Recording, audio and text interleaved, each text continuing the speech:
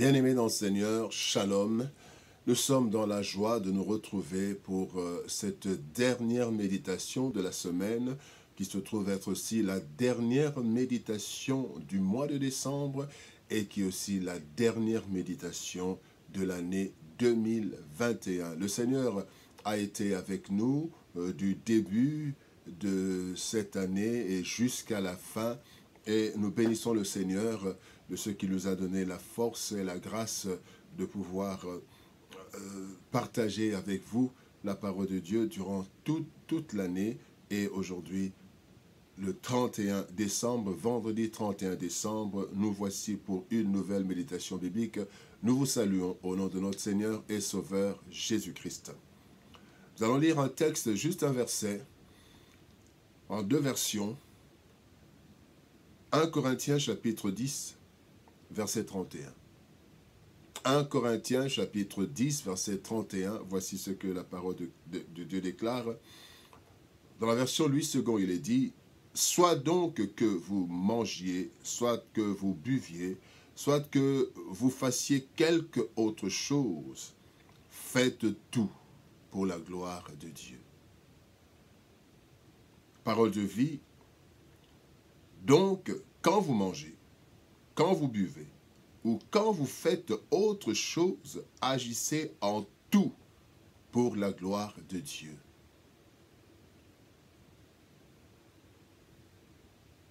Tout pour sa gloire. Tout pour sa gloire, tel est le thème de notre méditation de ce vendredi 31 décembre 2021 et le thème que Dieu nous donne pour 2022. Cette parole que Dieu nous donne, tout pour sa gloire. Nous posons plusieurs actes chaque jour de notre vie. Cela pour notre bien ou pour le bien des autres, notre famille ou notre société, notre communauté. Parfois nous le faisons à l'honneur de certaines personnes ou par reconnaissance à ceux qui nous ont fait du bien. Et souvent, nous attendons que les autres fassent pour nous certaines choses en retour de nos bienfaits. Le texte de ce jour nous interpelle et nous rappelle un élément capital pour le chrétien et même pour toute personne.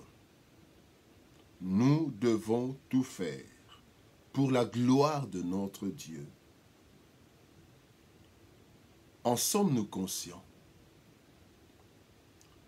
Voici trois vérités qui justifient cette interpellation.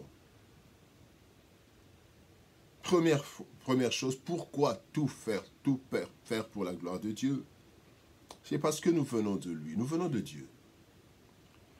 Nous sommes des créatures exclusives de Dieu et nous sommes ces créatures à son image. Nous avons été conçus par sa volonté. Genèse chapitre 1er, verset 26. Puis Dieu dit, faisons l'homme à notre image selon notre ressemblance.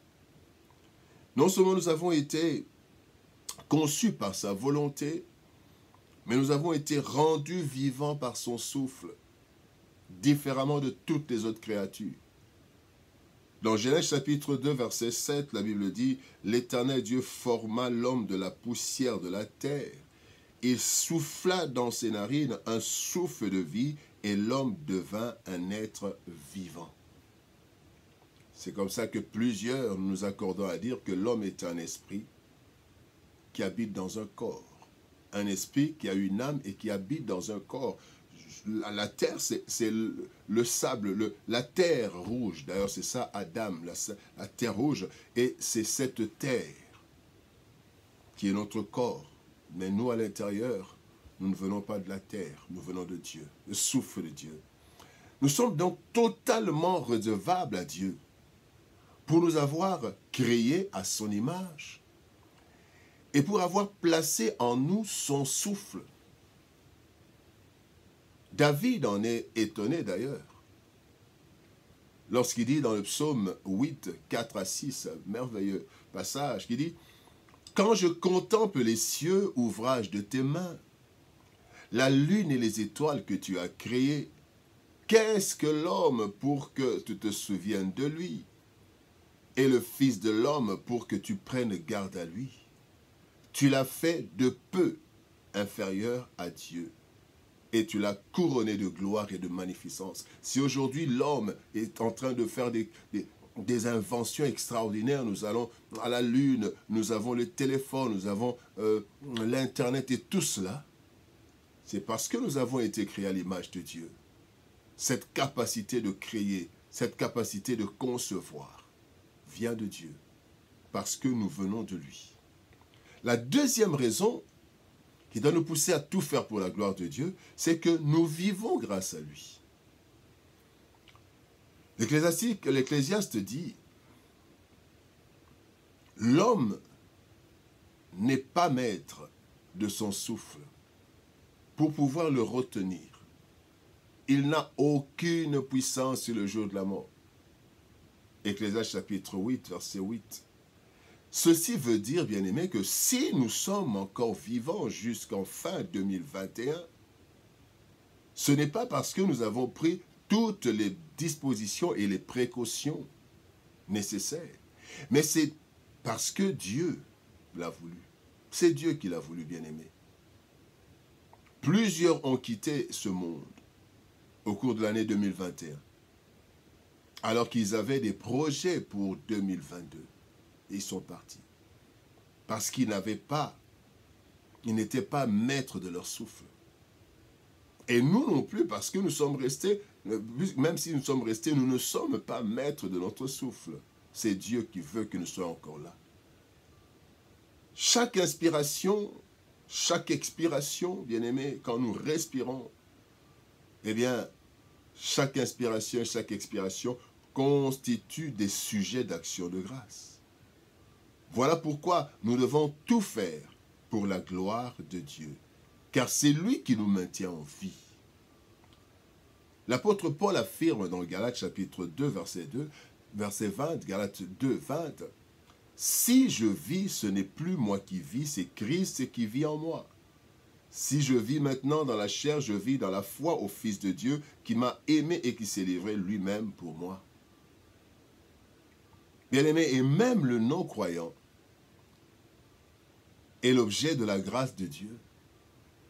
Selon cette déclaration du Seigneur Jésus-Christ dans Matthieu chapitre 5, verset 45, Christ dit « Votre Père qui est dans les cieux fait lever son soleil sur les méchants et sur les bons, et il fait pleuvoir sur les justes et sur les injustes. » Faisons tout pour la gloire de Dieu. Oui, tout pour sa gloire. Troisième raison qui nous pousse à tout faire pour la gloire de Dieu, c'est que nous allons vers lui. Nous venons de lui, nous vivons grâce à lui, et nous allons vers lui.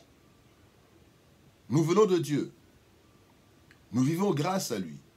Et la troisième raison, c'est que nous allons vers lui. Amos dit de la part du Seigneur, « Prépare-toi à la rencontre de ton Dieu. » Amos chapitre 4, verset 12. Et aussi il est écrit, « Avant que la poussière retourne à la terre comme elle y était, et que l'esprit retourne à Dieu qui l'a donné. » Ecclésiaste chapitre 12, verset 9. Un jour, ce corps retournera à la terre, et nous, esprit et âme, nous retournerons à Dieu. Nous retournerons à Dieu, bien-aimés. Ce rendez-vous est inévitable. Et nous allons le rencontrer. Il y aura le jugement, il y aura le tribunal. La Bible dit qu'il est réservé à l'homme de mourir une seule fois, après quoi c'est le jugement. Bien-aimés, voilà encore une raison pour faire de la gloire de celui qui nous ramènera dans sa gloire un jour, après notre séjour sur la terre. Nous devons tout faire pour la gloire de celui qui nous ramènera dans sa gloire un jour. Bien-aimés, tout pour sa gloire. Nous faisons beaucoup de choses dans la vie, parfois sans nous soucier de la part de Dieu. dans tout cela. Pourtant, nous venons de lui. Nous vivons grâce à lui et nous allons vers lui. L'Éternel notre Dieu est donc tout pour nous. Voilà pourquoi tout ce que nous faisons, nous devons le faire pour sa gloire. En effet, nous avons été créés par Dieu pour sa gloire. Il est notre origine et notre destination. Avons-nous agi ainsi durant toute cette année 2021 qui se termine? Prenons l'engagement d'agir ainsi durant le reste de notre vie et particulièrement durant l'année qui commence dans quelques heures. Prions.